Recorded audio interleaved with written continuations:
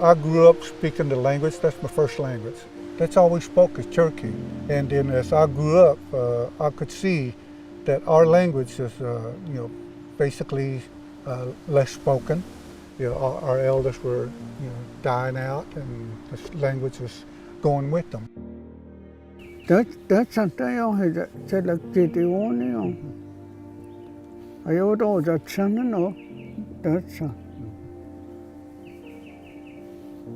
There's a dot not on the on air. The gang at the on air, that's a lot. Called the Haskin Gus. As a teacher and trying to preserve the language, that's hard to swallow, because that's my language. That's our culture. Everything that we do is based on culture. Once the language is gone, who are we? If we lose our language, what are we?